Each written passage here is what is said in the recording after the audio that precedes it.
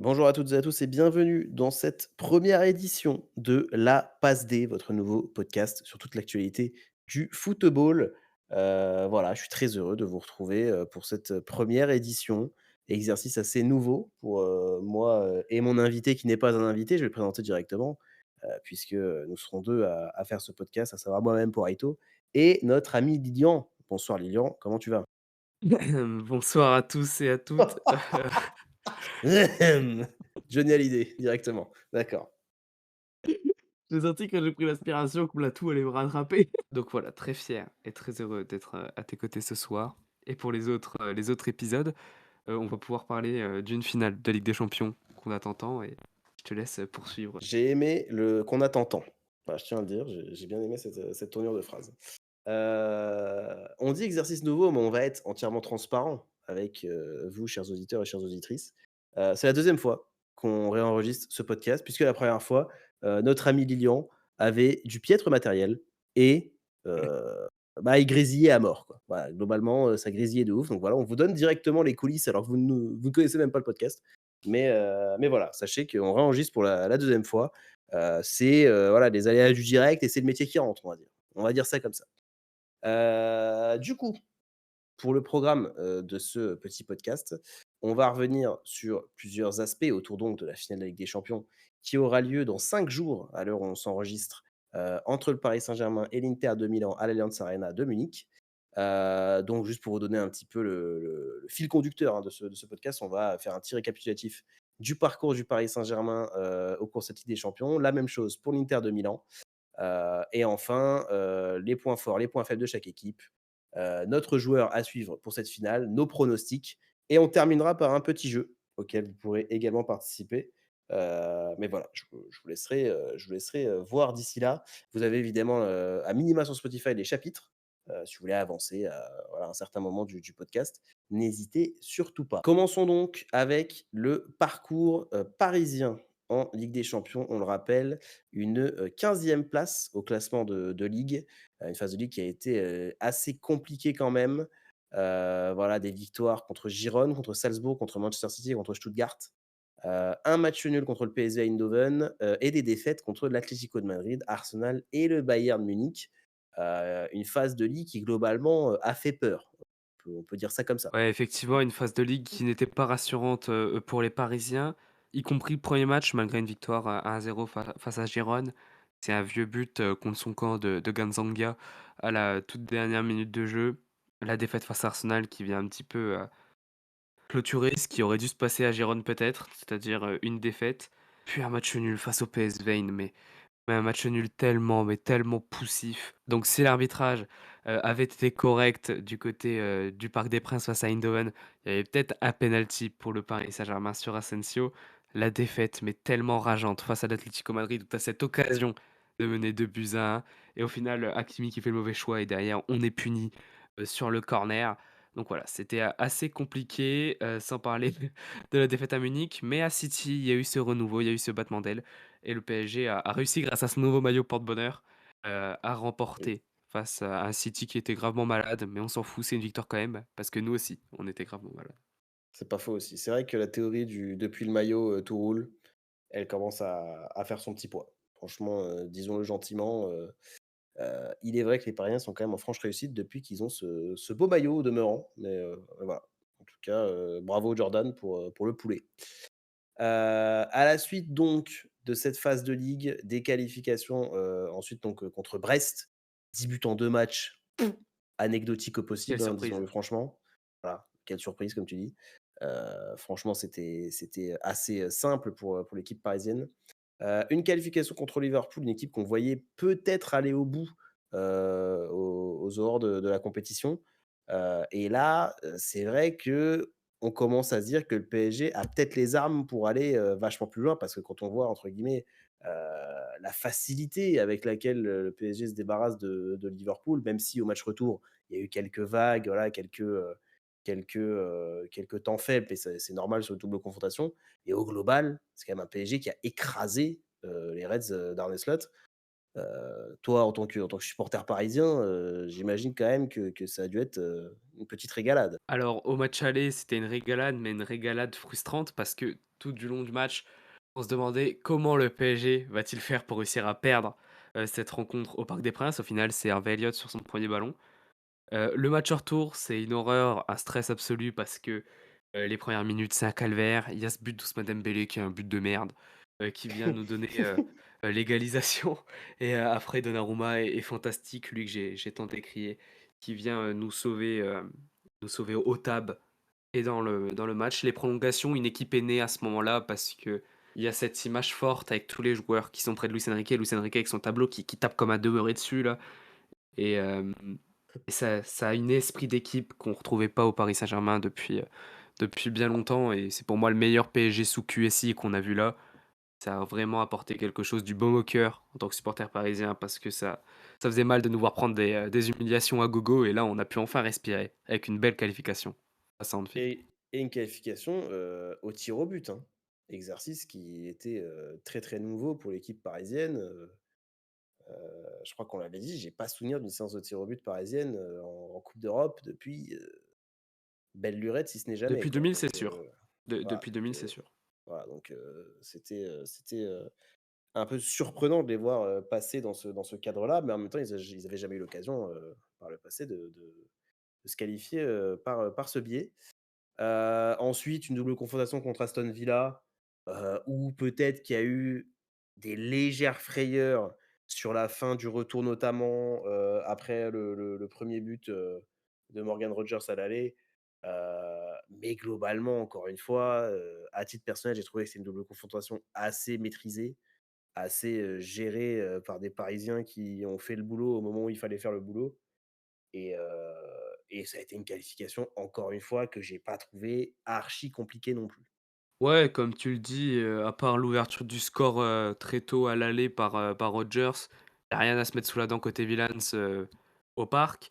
Par contre, au retour, Paris a eu un excès de confiance et c'est peut-être là où on s'est dit: «Faut remettre les pieds sur terre, faut pas oublier qui on est, faut pas oublier qu'on est capable du meilleur comme du pire». Donc on reste focus et la faute de Maatsen, j'ai fermé les yeux, j'ai revu la remontada de Barcelone, j'ai vu, l'humiliation face à United, j'ai vu l'élimination face au Real, j'ai tout vu. Voilà, j'ai tout revu en fermant les yeux là sur cette frappe et je me suis dit: «Putain, encore cette année, en l'espace d'une microseconde, il y a tous les vieux démons qui sont ressurgis, je pense, dans les pensées parisiennes». Mais non, Pacho est venu, nous faire le super-héros et Dieu merci Pacho, d'avoir, été au bon moment, au bon endroit, qui réalise une saison extraordinaire. Donc voilà, face à Aston Villa, attention au surplus de confiance et on a su le rectifier, par la suite, notamment face à Arsenal. Et effectivement, face à Arsenal, encore une fois, ça a été une double confrontation, totalement, maîtrisée, que ce soit à l'aller avec un but extrêmement rapide et derrière une forme de gestion, voilà, globale du match qui a été bonne. Et au retour, Arsenal, à part des touches, il y a rien. Donc, bah, voilà, ça a été comme sur des roulettes pour le PSG, quoi. Ouais, c'est tout à fait ça, hein. Thomas Partey, grand absent. Thomas, Maradona Partey, absent à l'aller. On m'a promis, du Pelé, j'arrive, c'est Antoine Dupont. Bon, sans manquer de respect à cet immense joueur qu'est Thomas Partey, je n'ai rien vu de lui au match retour, hormis ses touches longues. Arsenal m'ont fait peur dans les 15 premières au retour. Oui, au parc, ouais. Surtout, surtout sur cette frappe de Martin Odegaard que Donnarumma va chercher là et on a même peur qu'il se pète le poignet. On envoie Safonov, à l'enchaînement, dans l'enchaînement à l'entraînement, pardon. Donc voilà, on s'est fait peur pendant 15 minutes. Ensuite, ça a été maîtrisé. J'ai un doute, si Saka marque ce tap-in là, si le match est pas différent. Mais bon, Oui, on va peut-être, pas réécrire mais l'histoire. force est de Il envoie une constater bastos au-dessus. qu'il l'a Merci envoyé sur et le stade on Jean-Bouin enchaîne. direct, donc il y a pas de souci à ce niveau-là, là, il y a pas de Effectivement, c'est le premier ballon du Paris FC en Ligue 1. voilà.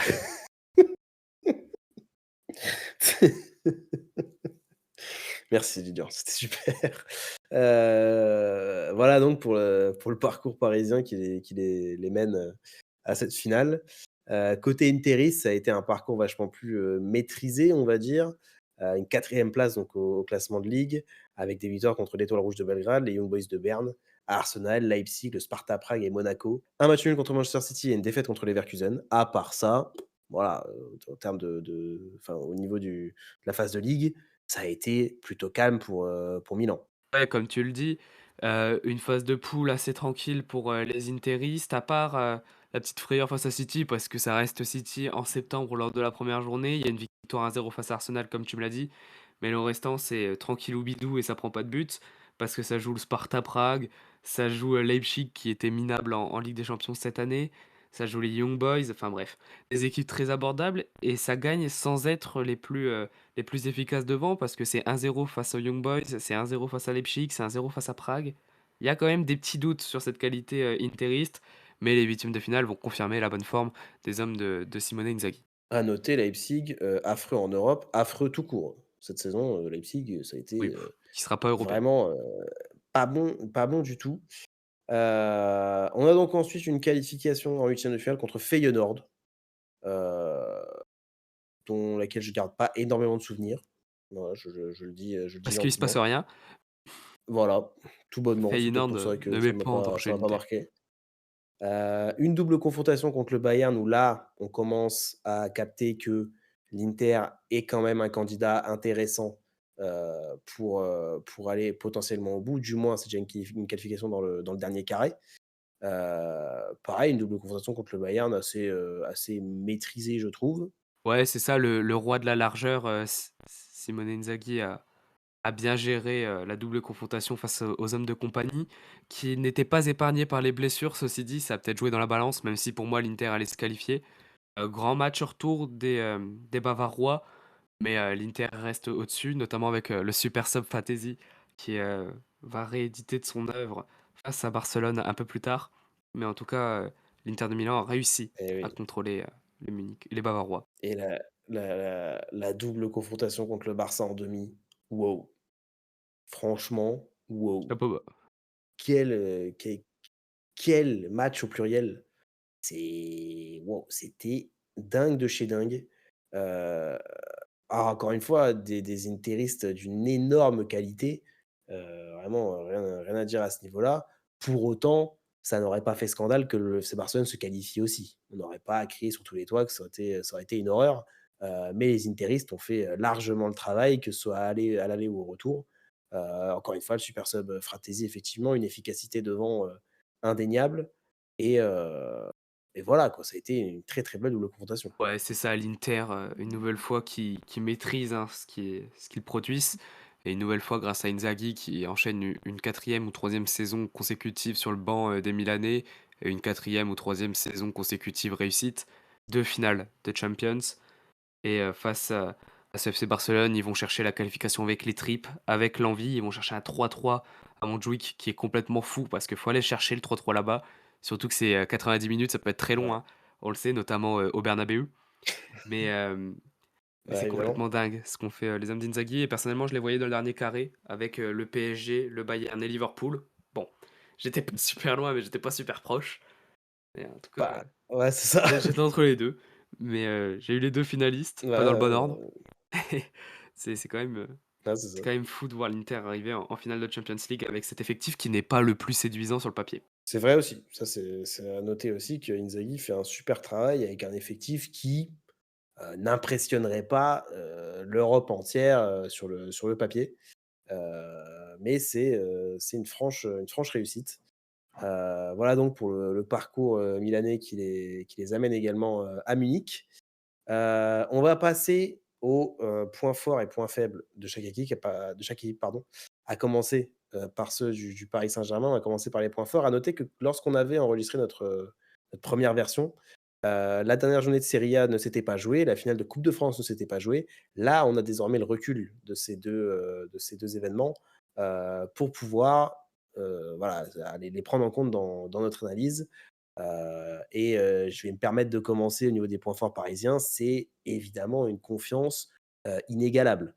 Un titre en championnat obtenu, avec une facilité, presque déconcertante. Un parcours en coupe de France qui n'aura pas été des plus sinueux au vu des équipes affrontées, mais il fallait quand même faire le boulot et ça s'est concrétisé aussi avec une très belle victoire 3-0 contre Reims, samedi dernier au Stade de France. Victoire encore une fois en totale maîtrise, sans jamais être mis en danger, voilà, on sent que le PSG, est clairement, dans une autre dimension par rapport à tous les clubs français. Donc ouais, je pense que leur confiance est évidemment un point fort qui est évident. Ouais, je suis d'accord avec toi sur la confiance, mais c'est pas le point donc sur lequel je vais m'attarder. Je vais plutôt parler de la polyvalence, offensive parisienne et de leur tactique, en règle générale. Donc ça va être assez compliqué de vous expliquer, sans avoir un petit schéma. Mais, le Paris Saint-Germain a une polyvalence, offensive assez folle, notamment avec, 3 attaquants qui ne sont pas des numéros 9 et ils font tellement mal, mais tellement mal devant et cette transition pardon, offensive, notamment avec, ce dispositif qui est le 3-2-5. Donc le 3-2-5, je vais vous expliquer en 2 spies. Vous avez, 2 défenseurs, les centraux, donc Marquinhos, Pacho qui restent derrière, accompagnés par un latéral. Donc c'est soit Nuno Mendes, soit Achraf Hakimi. Mais, si l'autre n'est pas derrière, il sera devant, mais j'en reviendrai plus tard. 2 milieux qui restent donc pour équilibrer quand même, le système, c'est notamment Vitinha et João Neves, mais ça peut être également, Ruiz, qui redescend et un des 2 portugais qui monte et 5 devant avec le latéral et donc les 3 offensifs, Dembélé, Kvaratskhelia, Barcola ou Désiré Doué et hem et le latéral qui les rejoint avec Fabien Ruiz.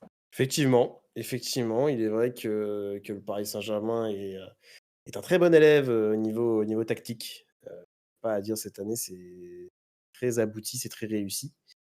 Moi, je vais me permettre de sortir quand même une individualité de cet effectif. C'est le grand monsieur de cette saison au Paris Saint-Germain, mais même s'il y en a plusieurs, un des grands monsieur en tout cas, monsieur Ousmane Dembélé. Waouh! Waouh! C'est quoi, ce mec cette année? Si, n'importe quelle personne m'avait dit il y a 1 an: «Dembélé, il fait une saison à plus de 30 buts et il est dans la discussion pour le ballon d'or», bah, j'arrête de te parler. Voilà, j'arrête de parler à cette personne, on coupe court à la conversation et chacun fait sa vie.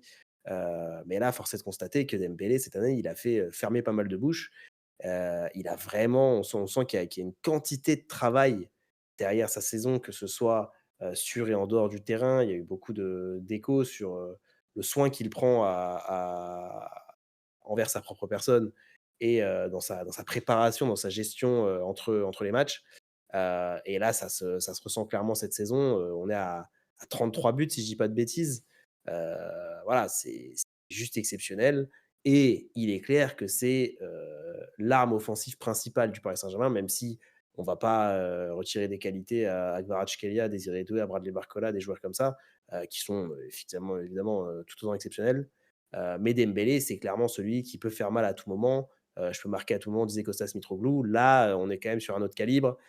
C'est pas le même gars, quoi. C'est vraiment un joueur d'exception. Ouais, Dembélé qui fait fermer des bouches, hein, j'ai envie de dire. Moi, je me souviens face au Bayern quand il est repositionné, faux numéro 9. Un tweet, Dembélé pour régler nos problèmes de finition car on était très touchés. Je l'ai pas vu venir. Bah, aujourd'hui, je ferme ma gueule et j'admire. Je suis bien content quand il a marqué, face à Liverpool, face à Arsenal. Mais, tu parlé d'une individualité, moi je vais en parler d'une autre. Un homme que j'aurais, mis dans mes, points faibles du Paris Saint-Germain il y a 3 mois de ça face à Liverpool.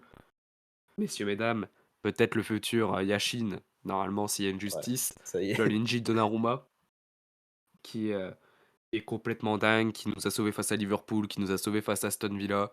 Je me souviens quand l'équipe l'abandonne totalement et c'est lui qui vient sortir une frappe de l'espace. Il me semble que c'est Rashford, mais bon derrière on prend Oui. le but sur le corner, donc ça aura servi à rien.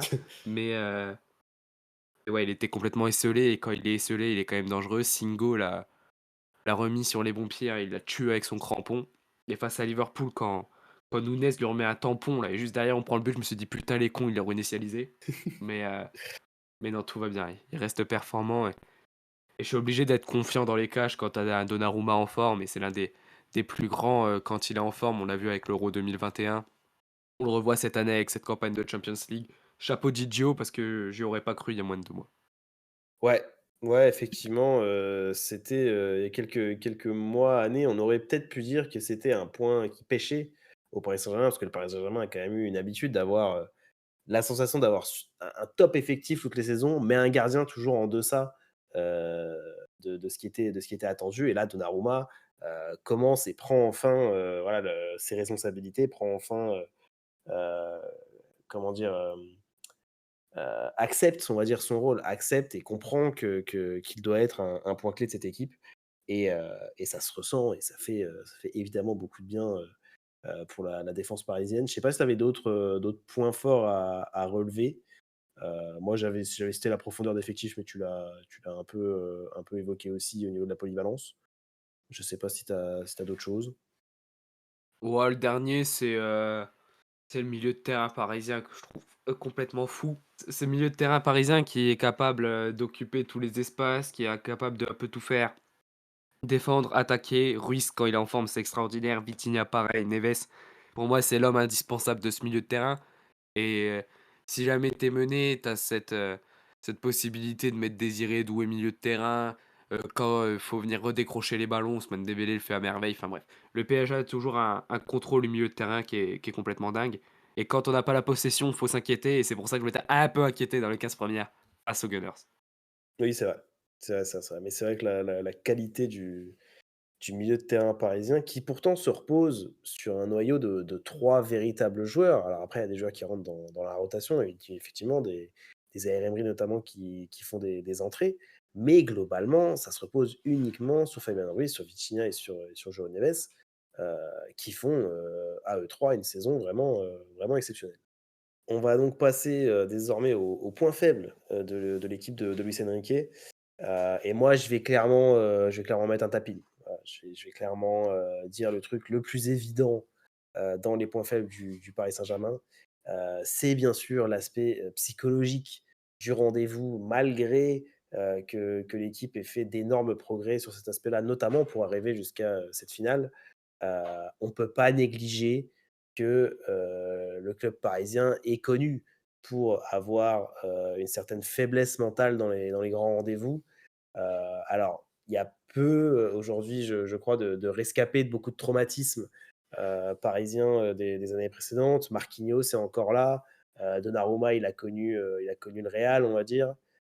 Mais globalement, c'est un effectif qui a pas été, bercé par ces nuits un peu horribles, côté parisien. Mais force est de constater que l'aspect psychologique est quelque chose à prendre en compte. Leur dernière finale, elle a été perdue, tout comme celle de l'Inter, mais elle a été perdue dans un autre contexte, dans un autre cadre, face à une autre équipe et heu et voilà, c'est quand même quelque chose, à mes yeux, à prendre en compte. Ouais, c'est pour ça, moi je te rejoins également, j'ai mis, l'inexpérience de cet effectif parisien. Car pratiquement aucun joueur n'a fait de finale, de grande finale, à part Donnarumma qui a fait une excellente finale lui. Dembélé, c'est exécrable, il provoque un péno et j'en ai plus d'autres en tête. Donc il y a personne d'autre qui a fait Ah, de grandes Marquinhos, il a finales la avec finale ce LDC. Marquinhos, il a la finale Marquinhos, contre, oui, la finale de contre le LDC, Bayern, merci. Donc voilà, il y a pratiquement aucun joueur qui est expérimenté et qui a connu de grandes déchéances et c'est pour ça que je doute un petit peu de si on sera à la hauteur d'un rendez-vous comme la finale de la Champions League. Ah, ça s'entend. Ça s'entend, c'est sûr. Qu'est-ce que tu avais comme point faible de ton côté, Je me questionne sur le mental également. Donc toute cette abcès psychologique parce qu'on a vu, Liverpool l'aller, Aston Villa le retour, Atlético Madrid, même si depuis, City c'est une autre équipe, donc Madrid je sais pas réellement. Donc voilà le mental et pour finir, l'efficacité devant le but, hein. Je reprends les mêmes exemples, Liverpool, l'aller où on n'y arrive toujours pas. On n'arrive pas à marquer et face à cette équipe d'Arsenal, l'aller on doit tuer le match, hein.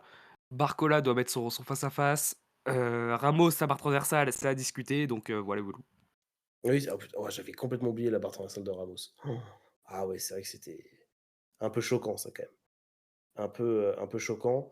J'avais noté, alors c'était avant évidemment la finale de la Coupe de France, que je trouvais que la fin de saison du Paris Saint-Germain était un peu coup-ci coup-ça, un peu on sent qu'il levait le pied, voilà des défaites contre Nice, contre Strasbourg et cetera. Alors effectivement, il y a eu des effectifs qui ont été un petit peu modifiés. Contre Strasbourg, c'est l'équipe H, hein, qui a envoyé à la méno. Donc je sais pas, ça me semblait être une fin de championnat un peu trop pris à la légère. Est-ce que ça va avoir un impact après? Heu, voilà, seul l'avenir nous le dira. Moi, j'avais quand même noté, parce que pareil, c'est un pattern qui se répète, sur les dernières saisons du Paris Saint-Germain et même si Donnarumma commence à prendre une autre dimension, c'est une forme d'incertitude sur les coups de pied arrêtés défensifs. Force est de constater que le Paris Saint-Germain, est quand même assez frileux, dans cet exercice-là. Je crois que j'avais vu une stat qui datait de janvier dernier. Sur la première partie de saison, le PSG encaisse 6 buts. sur coup de pied arrêté. Et le PSG n'a pas encaissé des milliards non plus, des buts au global. Donc 6 buts sur coup de pied arrêté, c'est quand même, à mes yeux, alarmant pour une équipe de cette qualité. Maintenant, effectivement, si on compte sur un grand Donnarumma, peut-être que ces doutes peuvent être balayés. Mais à l'heure où on se parle, ça me semble être encore un axe d'amélioration pour le Paris Saint-Germain et un axe qui peut leur être dangereux au moment de la finale. Ouais, et pour moi, c'est même un point fort interiste, les coups de pied arrêtés. Ils ont marqué 2 coups de pied arrêtés, pas lors du dernier match face à Como, mais encore avant avec un but de Dumfries et de Yann Bissek. Et oui, c'est vrai aussi. J'avais oublié cet aspect. C'est à peu près tout ce que j'avais au niveau point faible. Je sais pas si tu avais quelque chose à rajouter? Ouais, de même, j'ai rien d'autre à rajouter, C'est fabuleux. niveau point faible C'est parisien. c'est fabuleux. Alors veuillez excuser notre ami Lilian si vous l'entendez parfois un petit peu à bout de souffle. Il se trouve qu'il est un peu malade, donc Ouais, je tousse à mort, je et déteste le pollen, il sachez-le. tousse énormément, voilà, il a fait une manif contre le pollen aujourd'hui. Malheureusement, il l'a fait dehors, donc voilà, ça a pas eu grand impact. Il en a quand même pris La un vanne de peu dans merde. la gueule. Oh ça va. On va donc passer, je me redresse sur ma chaise, je sais pas si vous avez entendu le bruit. On va donc passer au point fort interiste. Je vais te laisser démarrer. J'ai démarré pour les Parisiens, je te laisse commencer. Ouais, je pense que c'est une surprise pour personne. Ah vas-y, Ce que dis-le, je veux dire là, la dis-le. solidité défensive, interiste est, complètement folle, notamment grâce à Bastoni, Ah là là. Acerbi, Ah là là. De Vrij, Dumfries, Yann Sommer, enfin bref, cette équipe est impressionnante défensivement et va pouvoir, résister, je pense, le plus longtemps possible face aux attaques parisiennes, à part un petit bonhomme que je dirais dans les jours à suivre, donc c'est un peu le suspense tout de même. Bien sûr, bien sûr, bien sûr. J'ai bien aimé ta prononciation de Bastoni. Ça m'a plu. Ouais, Heu effectivement, j'ai bouffé une pizza avant-hier, je me sens plus. Ça a été contaminé, quoi. Hem, Moi, au niveau des points forts interistes, on est quand même sur une certaine qualité offensive, indéniable. Un peu plus de 2 buts par match en moyenne en Serie A. 112 buts inscrits, voilà, majoritairement inscrits par Lautaro Martinez et par Marcus Thuram qui sont, vraiment les 2 principaux attaquants de cet effectif et en même temps, bah, à part eux, voilà. Heu, donc il y a une grosse qualité offensive, dans cette équipe et ça rejoint un petit peu ce qu'on disait tout à l'heure, sur les coups de pied arrêtés parisiens. L'Inter, ça marque beaucoup sur coups de pied arrêtés. Donc l'un dans l'autre, ça peut être un cocktail assez dangereux pour, le club de la capitale. Heu, mais en tout cas, voilà, la qualité offensive, elle est, indéniable, elle est évidente côté interiste.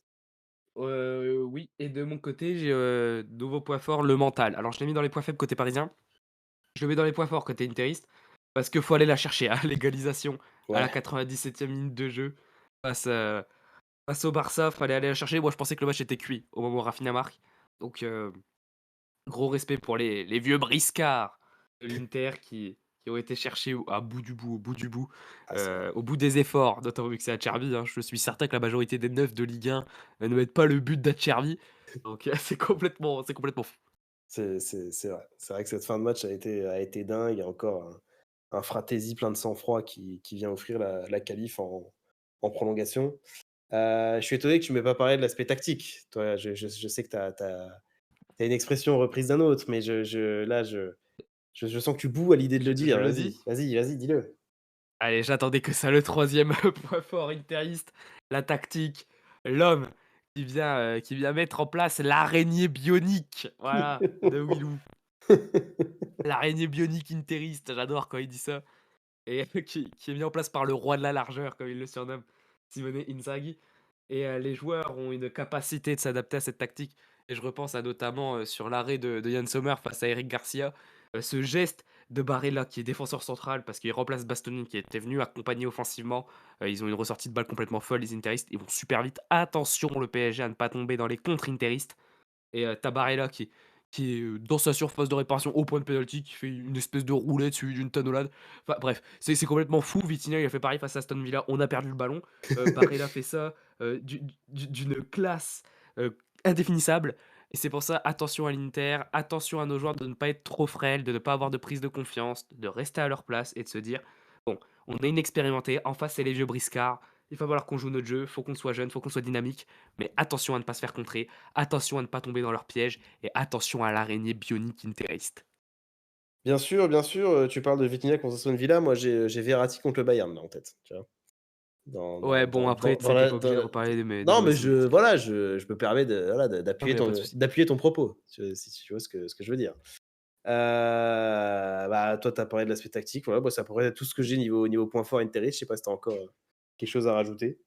Bah, j'ai rien à rajouter à part le fait que j'ai très peur. Ah bah, ça se comprend. On va donc passer au point faible interiste, voilà, quelques éléments qui vont peut-être te rassurer. Je vais commencer encore une fois par une évidence, totale. C'est que pour l'instant l'Inter, c'est quand même saison blanche, à l'heure où on se parle. Défaite en Supercoupe d'Italie, défaite en Coupe d'Italie, le titre, qui leur échappe, voilà, à la dernière journée, hein, parce que techniquement leur destin n'était pas entièrement entre leurs mains, mais en cas d'un mauvais résultat, de Naples, ils pouvaient prendre le titre. Ça n'a pas été le cas. Donc pour l'instant, l'Inter, voilà, l'armoire à trophées est poussiéreuse et vide. Donc, est-ce que mentalement, sachant qu'il n'y a que la Ligue des Champions qui peuvent entre guillemets «sauver» leur saison, qui a été malgré tout d'une très grande qualité, est-ce que ça va pas être un surplus de pression? Est-ce que, voilà, l'aspect, psychologique, de l'Inter va pas avoir un impact, conséquent sur la finale? Et bah, j'y ai pensé aussi parce qu'au début, j'avais la forme physique, puisque le match face à Como n'était pas passé et j'y ai réfléchi et je me suis dit le mental, parce qu'ils ont aucun titre pour l'instant, ils ont tout perdu. En l'espace de quelques semaines, alors que Inzaghi évoquait encore des envies de tripler à la Mourinho il y a quelques mois maintenant. Au final, ils ont tout perdu et je rejoins la forme physique qui a disparu sur un banc frêle. Parce que au regard de le banc de l'Inter, si Martinez se blesse, au retour, tu dois envoyer soit Mehdi Taremi, soit Arnautovic, et crois-moi que ça casse pas trois pattes à un canard. Donc, ton banc est assez faible, tu retires Fratesi et peut-être Carlos Augusto, que je ne trouve vraiment pas terrible. Ah, c'est vraiment pas top top. Il y a le retour de blessure de Zalewski. Le petit problème, Zalewski, il est pas enregistré pour la Ligue des Champions, il me semble. Oui, c'est vrai. Donc, ça ne te sert absolument à rien. Et tu as un banc qui est, assez faiblard, donc en cas de pépin physique, attention à ne pas être trop juste et non pas juste le blanc. Eh oui, elle est belle celle-là. Dans les arrêts de jeu, joli. Ouais, effectivement, le banc interiste est quand même effrayant et quand tu vois que leur première piste pour se renforcer l'année prochaine, c'est Luis Enrique, bon, bah, tu te dis que le banc va bien se porter, les sièges seront bien chauffés. Ouais, a après c'est faute aux dirigeants qui débloquent pas tout, hein. Ah bah, ça, voilà, mais voilà, là n'est pas le débat, moi je ne fais que relier, enfin je ne fais que, dire ce que je lis. Hem Ouais, moi j'avais, donc le manque de fraîcheur physique, la une dépendance trop forte à des joueurs comme Lautaro Martinez ou Marcus Thuram. Tu le disais, voilà, hein, si un des 2 se pète, c'est Taremi ou Arnautovic. Donc il y a une perte de qualité évidente et immédiate. Moi j'avais malgré tout cité, le potentiel départ de Simone Inzaghi, vers Al Hilal. Il est déjà annoncé, voilà, sur le banc saoudien, au lendemain de la finale du 31 mai. On avait dit, il me semble, il y a des membres de sa famille qui se sont déplacés directement en Arabie Saoudite C'est ça, ouais. pour voir. Donc, encore une fois, même si c'est très indirect, savoir que ton coach, se barre après cette finale, est-ce que ça peut avoir un impact? Ah, je vais me répéter, mais seul l'avenir nous le dira. Mais c'est à mes yeux quelque chose à prendre en compte quand même. D'ailleurs, je me questionne là, je m'étais déjà questionné, il y a quelques jours, mais qui pour remplacer Inzaghi du côté de l'Inter? Bah, ouais, Je vois absolument personne à part lui.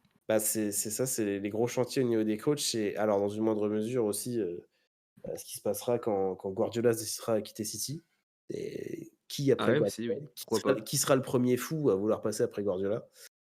Heu et Aussi, en même Edin temps Terzic. mais en même temps, on avait dit ça pour Klopp.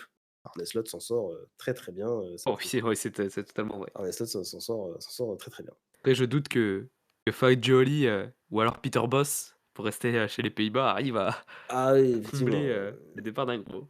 tout à fait, tout à fait. Bah, niveau point faible, moi, c'est à peu près tout ce que j'avais. Je sais pas si tu avais, quelque chose à C'est nous tout ce que j'ai rajouter pour également, les Milanais. On va passer à notre joueur à suivre. Alors, tu as un joueur, il me semble, du Paris Saint-Germain. J'ai moi un joueur, de l'Inter Milan. Je vais te laisser commencer avec ton joueur parisien. je me suis gratouillé le crâne pendant les jours où, on a vu que ça avait, merdé du niveau du micro et j'ai failli changer. J'ai pensé à Marquinhos parce que je me dis: «C'est un joueur où ça peut être à suivre d'une phase positive, mais ça peut être aussi négative». Oui. J'ai pensé au pitbull Joao Neves, mais au final J'envoie Kvaratskhelia. Parce que Kvaratskhelia, au match retour face à Arsenal, c'est lui le meilleur défenseur du Paris Saint-Germain, sur les ailes. Il est meilleur que Hakimi et Nuno Mendes, il fait des efforts défensifs, franchement bravo l'artiste. Et offensivement, il est capable de tout. Il est capable de marquer, il est capable de passer, il peut jouer neuf, il peut jouer à droite, il peut jouer à gauche, il peut jouer, n'importe où, sur tous les fronts de l'attaque. Il est capable de tirer les coups francs, il est capable d'enrouler à 30 mètres. Il peut tout faire. Il peut tout faire et en plus avec, des facilités techniques, des facilités à s'adapter à la tactique de Luis Enrique et puis tout va bien dans sa vie, hein. Le mec, est champion de France, champion, niveau de la coupe de France, champion d'Italie, enfin bref. Tout va bien dans sa vie. Il reste qu'une seule chose pour encore un peu plus vendre ce palmarès de cette saison, 2024-2025. Va chercher ta Ligue des champions, mon grand. Va chercher, grand, va chercher, grand. Oui, c'est vrai qu'il est double champion, Kvaratskhelia, c'est quand même impressionnant. Bah, moi, pour passer côté interiste, c'est un joueur, qui peut commencer à être considéré comme un joueur d'expérience. Il approche ses 30 ans, et il fait une saison, heu, exceptionnelle, sur son flanc droit. Je parle évidemment de Denzel Dumfries, qui est gueudin. Voilà, cette saison, il est tout simplement exceptionnel. Je le trouve très, très bon. On avait une petite frayeur, il s'était blessé au mois d'avril, mais il est revenu, presque encore plus fort qu'avant sa blessure, ce qui est quand même exceptionnel. Et moi, sur l'aspect purement tactique, sur l'aspect purement de ce match contre le Paris Saint-Germain, malgré ce que tu viens de dire, toutes les louanges que tu as pu donner à Kvaratskhelia, louanges justifiées d'ailleurs sur la qualité de son travail défensif, heu, j'estime que malgré tout, si Dumfries vient à prendre son rôle de piston et l'aspect offensif de son rôle, au sérieux à 100, un duel Dumfries face à la qualité défensive de Nuno Mendes, j'ai très peur pour, le flanc gauche parisien. Voilà, je le dis, Nuno Mendes peut très aisément se faire boire, mais boire par Denzel Dumfries, par la puissance physique du joueur, par ce qu'il apporte sur le côté, par, sa dangerosité aussi offensive, hein, que ce soit, au niveau de la passe décisive ou même des buts. On en a parlé aussi, voilà, son coup de pied arrêté, il met quand même doublé, de la tête contre le Barça sur corner. Donc il est à la fois dangereux, sur des temps arrêtés, il est dangereux, défensivement parce qu'il est extrêmement solide, et offensivement parce que, notamment face à un joueur, comme Nuno Mendes qui n'est pas réputé pour sa solidité défensive, il peut vraiment faire très, très, très mal. Donc voilà, moi c'est clairement mon joueur à suivre pour la finale, ce sera Denzel Dumfries à 200. Permets juste, Vas-y, vas-y. c'est je voulais le dire normalement dans les points forts et points faibles, mais ça vient de me tilter. Avant le match face à Reims, la composition qui est tombée sera à mon avis le même 11 qui sera aligné face à l'Inter et je me suis questionné parce que c'était Désiré Doué sur le banc et Barcola titulaire. Donc je suis en train de me demander si Kvicha Kvaratskhelia n'était pas malade, ça aurait dû être ça. Ouais, ouais. Mais donc, est-ce qu'on partirait pas sur Désiré Doué remplaçant face à l'Inter et donc Bradley Barcola titulaire vu qu'il était titulaire dans le test avant cette finale? Ça me semblerait être, une erreur. Ne pas titulariser Désiré Doué à Moi place d'un personnellement, Bradley j'enverrais Barcola. Désiré Doué également. Moi, j'enverrais Désiré Doué à 200. Mais Heu, je suis en train de me questionner si le fait de ne pas l'avoir mis sur le banc face à Reims, alors que tu envoyais l'équipe type, ça ne n pourrait pas jouer dans la balance. non, moi, pour moi, ce sera un trio, Doué, Kvaratskhelia, Dembélé à mes yeux. C'est Je ce que je pense souhaite je également, pense qu'il mais partira je me comme ça. questionne. Je pense qu'il partira comme ça. Il est l'heure de se mouiller. Mon cher Lilian, je sais que tu détestes faire ça, tu vas avoir l'association de porter l'œil, et sache que si, ton prono ne va pas dans le sens de ton club, tu auras porté l'œil.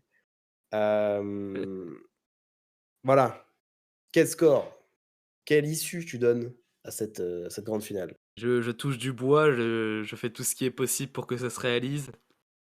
Je n'endors plus depuis des jours et des jours. Et allez, j'ai envie de me dire, cette année, c'est la bonne. Il y aura pas de débâcle comme il y a eu à United, il y aura pas eu le fiasco de City, il y aura pas tout cela. Je vais abréger parce que ça serait très long. Victoire de Buzyn et Parisien. Et je me mouille même la nuque. Je me mets un petit peu là, je me saisis avant de rentrer dans l'eau là quand tu vas à la piscine et qu'elle est à 32 degrés. Mmh. But de Fabien Ruiz. Oh oui! Ah oui, c'est couillu La, ça. la petite vision. Ah ça, c'est couillu. Ça, c'est fort. Le but Alors du là, Fabien. franchement, ça, c'est fort.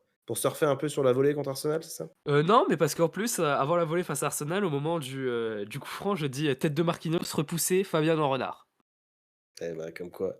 Ça a failli se réaliser. Madame Irma, finalement, sur le podcast directement, donc estimez-vous chanceuses, et chanceux de pouvoir profiter de ces analyses. Moi de mon côté, de mon côté, ça va clairement être dans le sens opposé. Je vois une victoire 2-1, pour l'Inter de Milan. Un but de Dumfries, voilà, son coup de pied arrêté, ça va rejoindre tous les points que j'ai cités, dans ce podcast. Et un but de Lautaro Martinez, le leader offensif, de l'Inter Milan. Je ne saurais te dire qui sera le buteur parisien qui vous donnera un peu d'espoir, mais à mes yeux, voilà, c'est l'Inter de Milan qui va s'imposer. Voilà pour l'analyse globale, de ce match. On va passer au petit jeu de la fin de podcast, auquel vous pouvez également participer, en direct. Ça va être très simplement le jeu de la carrière. Voilà, je vais donner, la carrière d'un Youri joueur, Djorkaeff. les différents clubs non, parce que c'était la dernière fois qu'on a enregistré, c'était Youri Djorkaeff, alors il l'a tenté. Mais je vais donner la carrière d'un joueur, les clubs, les années et cetera, et Lilian va devoir essayer de deviner de quel joueur je parle. Donc n'hésitez pas à jouer en même temps que nous. Est-ce que vous trouverez ce joueur avant Lilian? Voilà, vous pourrez peut-être avoir cette satisfaction. Lilian, es-tu prêt? La gueule de la satisfaction. Allez, je suis prêt, Tu es prêt? C'est très bien. mon cher Pareto. Alors, c'est un joueur, je t'indique déjà, c'est un joueur qui est retraité. C'est un joueur qui ne D'accord. joue plus au football à l'heure où on se parle. De 1997 à 1998, il a joué à Châteauroux. De 1997 à 1998? Tout à fait. Heu, mmh je vais pas faire le mec, hein, avance. Très bien. De 1998 à 1999, il a joué au RC Lens. Avance toujours. De 1999 à 2000, il a joué à l'Olympique de Marseille. Heu, j'ai mon idée. OK, très bien. Hem, donc là, je viens de te dire Marseille, c'est ça? De 98 Marseille. Ça. De, 2000 à 2001, Paris Saint-Germain. Stéphane Dalma. Stéphane Dalma, bravo! C'est une, réussite, on était dans Allez, le thème. PSG Inter, bien sûr, puisque Dalma, il va ensuite, à l'Inter de Milan, prêté à Tottenham, prêté à Toulouse, et il va finir sa carrière entre le Racing Santander, les Girondins de Bordeaux, le FC Sochaux-Montbéliard, le Stade Rennais et le Nîmes Olympique. Mais bravo de l'avoir trouvé aussitôt. Je pense que tu avais repéré un peu le pattern, hein. On sentait que ça allait faire du PSG Inter, donc peut-être que le champ s'était, un petit peu réduit. ouais, et Mais puis pas 20 000 mecs qui ont fait, au MPG. c'est vrai aussi, c'est vrai aussi. Tu as entièrement raison. Eh bien, écoutez, voilà, je ne sais pas combien de temps aura duré ce podcast, cette première édition, mais merci de l'avoir écouté, jusqu'ici. N'hésitez pas à vous abonner, sur Spotify. J'avoue, je ne sais pas comment fonctionnent les autres, plateformes, sur lesquelles nous serons diffusés. Mais en tout cas, pour ceux qui sont sur Spotify, n'hésitez pas à vous abonner. Ça fait toujours plaisir. Il y aura évidemment, pas mal de contenu sur ce podcast, notamment cet été, pour parler mercato qui est déjà très agité, alors même qu'il n'est pas, officiellement ouvert.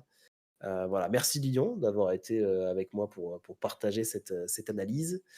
On se retrouvera du coup, certainement dans les semaines qui arrivent pour débriefer cette finale de Ligue des Champions. On essaiera d'aborder également, voilà, peut-être, le parcours de l'équipe de France en Ligue des Nations, la coupe du monde des clubs qui arrive et donc le mercato qui se prépare.